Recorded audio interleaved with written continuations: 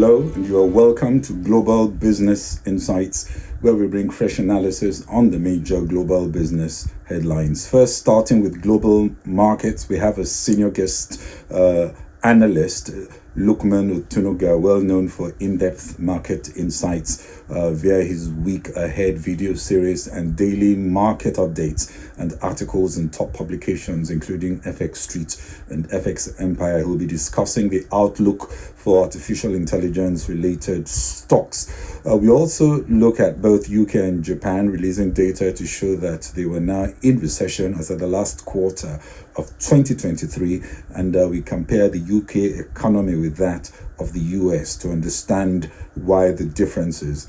Also, inflation from Nigeria went up a slightly steeper climb, but to 29.9% in January yesterday, putting pressure on a newly constituted monetary policy committee to take policy rates higher when they meet this month. And then we got the latest January producer price index or factory data inflation in the US, which is a leading indicator for consumer prices up higher than expected and more.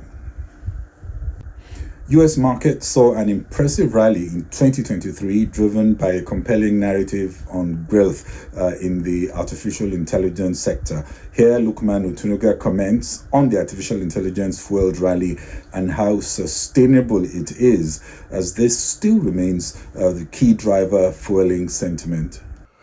Bitcoin has seen spectacular bullish action over the past 2 weeks. Prices are firmly bullish in the daily charts, with the higher highs and higher lows confirming an uptrend. The upside momentum not only propelled prices towards a weekly resistance level, but also triggered a breakout, opening a path beyond the psychological 50,000 level. Now, the key thing is positive sentiment towards the cryptocurrency due to growing success of Bitcoin ETFs have been the primary driver behind the rally. Number 2, gold wobbles around 2,000. The softer US retail sales report and weekly jobs claims data have helped restore spot gold prices back above 2,000. Initially, gold had tumbled below the psychological important level due to the still sticky US CPI report earlier this week. Nevertheless, gold is still being supported by the prospects of Fed rate cuts in 2024, even though markets have pushed back the timings of the first rate cut by the Federal Reserve to summer. Markets now expect the US Central Bank to make a move in June rather than the ambitious March that was expected a few months ago. And number 3, Nasdaq 100 faces major test. Now, despite the holiday shortened week ahead in the United States, be prepared for extreme levels of volatility on the Nasdaq 100. The Nasdaq 100 has gained roughly 6% year to date, thanks to strong corporate earnings and, of course, the AI mania. After breaching the psychological 18,000 level for the first time, the question is whether bulls have enough fuel to push prices even higher. And to answer this question, watch out for Nvidia earnings next week. So all eyes will be on Nvidia's latest quarterly earnings after US markets close on Wednesday, January the 21st. The AI chip giant is expected to post earnings of $4.5 a share and a rise in quarterly revenues to $20.3 billion from $6.1 billion a year ago. Essentially, the bar has been set quite high for Nvidia, with very little room for disappointment. Should Nvidia's earnings satisfy investors' lofty expectations and paint an incredibly encouraging business outlook, this could push its stock prices higher. However, even if earnings disappoint, even in the slightest, this could trigger a sell-off in Nvidia shares. Yesterday, UK data showed it did slip into recession in the last quarter of 2023, although for the year it still saw some growth. UK gross domestic product was estimated to have dipped 0.3% in Q4 2023 after a fall of 0.1% in the previous quarter. In 2023, GDP is however estimated to be up by 0.1%. That's the entire year compared with 2022. In quarter 4, output dropped in all the 3 main sectors with declines of 0.2% in services, 1% in production, and 1.3% in construction output. Weaker consumer spend, doctor strikes, and the fall in school attendance apparently dragged the UK into recession. Indeed, the UK is not alone. The European Union only narrowly avoided recession in the second half of 2023, while Japan also sank into recession in the fourth quarter. Japan has lost its spot as the world's third largest economy to Germany. Analysts have called it a mild recession, perhaps more significant politically. That's the recession in the UK, more significant politically than economically. However, growth in Japan and the UK expected to remain weak this year. The IMF see the UK expanding just 0.6% in 2024 and Japan up only 0.9%, while the US is expected to do better at 2.1%. The question some have asked is why is the US economy looking so much more resilient than the UK? Well, that can be explained.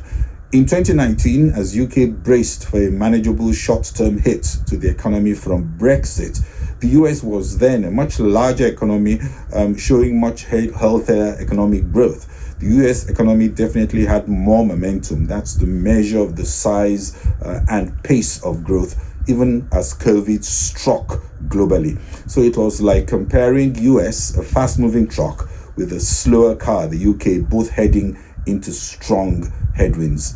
Second, as we all know, COVID came in Q1 2020, slowing both economies down into a recession in the next quarter. Incidentally, both the US and UK have been in recession twice since COVID.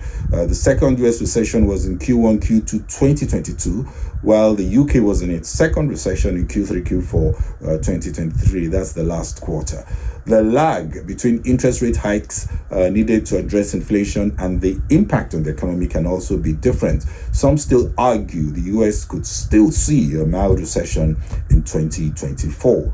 Third, it must be mentioned that in Q1 2020, to fight COVID and avert collapse of the economy, the US injected, as advised by the IMF then, a massive stimulus that took the debt to GDP ratio from over 100%, just over 100% to 128.4%, almost a 30% spike in debt to GDP ratio. And it hasn't come down.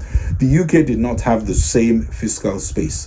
Debt to GDP ratio in the UK also went up from 85% to 97%. Obviously, the UK stimulus had far less effect on economic growth. Even as we saw the US GDP growth spike up 34.8% in Q3 2020 after a major fall in the earlier quarter, the US grew then, that was in Q3 2020, at more than double the UK in that quarter. Fourthly, as both economies tried to get back, we had the Russia attack, Ukraine, February 2022, sending shockwaves into the European economy with energy prices skyrocketing as Russian energy was boycotted, driving inflation up. High energy prices took its toll on energy-intensive economies like Germany and the UK as household and industrial energy costs also ballooned, hurting sentiment. In Q4 2023, with GDP growth at 3.3%, the US beat its growth forecasts. But latest inflation data suggests rates may be higher for longer. And though there is a lag, the base case for many analysts is still to see a mild recession in 2024 in the US. We could see the Bank of England under pressure to grant an earlier than expected rate cut if inflation keeps inching up. Interest rates on the street are really unaffordable.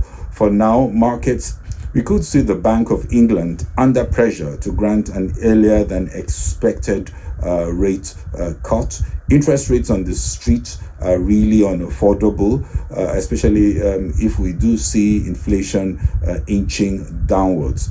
For now, markets see a 70% probability on the first rate cut being delivered by June, up from around 65%. Jeremy Hunt is now said to be scaling back plans to cut taxes, hoping the Bank of England will help the economy with rate cuts. An economy in recession means less fiscal space, as the Chancellor was handed updated figures by the Office for Budget Responsibility, that's the OBR, showing he has less money available for his budget on March 6th, and now he must be focused on finding deeper spending cuts. Still on macroeconomics, this time in Nigeria, in January 2024, inflation rate increased to 29.9% relative to the December 2023 rate, which was 28.92%, an increase of 0.98% points when compared to the December rate. On a month-on-month basis, the inflation rate in January 2024 was 2.64%, which was 0.635% higher, 0.35% higher than the rate recorded in December 2023. That was 2.29%. More alarming, food inflation year on year in Kogi State. Latest numbers, 44.18%.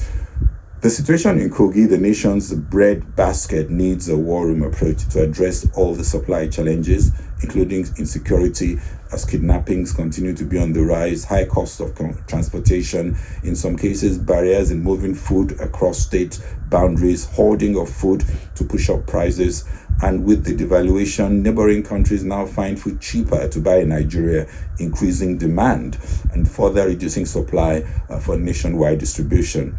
Apart from effective coordination with the fiscal side, for the MPC to succeed, three things are going to be important. First is independence from especially the executive branch. Others is including data dependence and demand for more comprehensive analytics. And thirdly, sensitivity to achieving sustainable poverty eradication.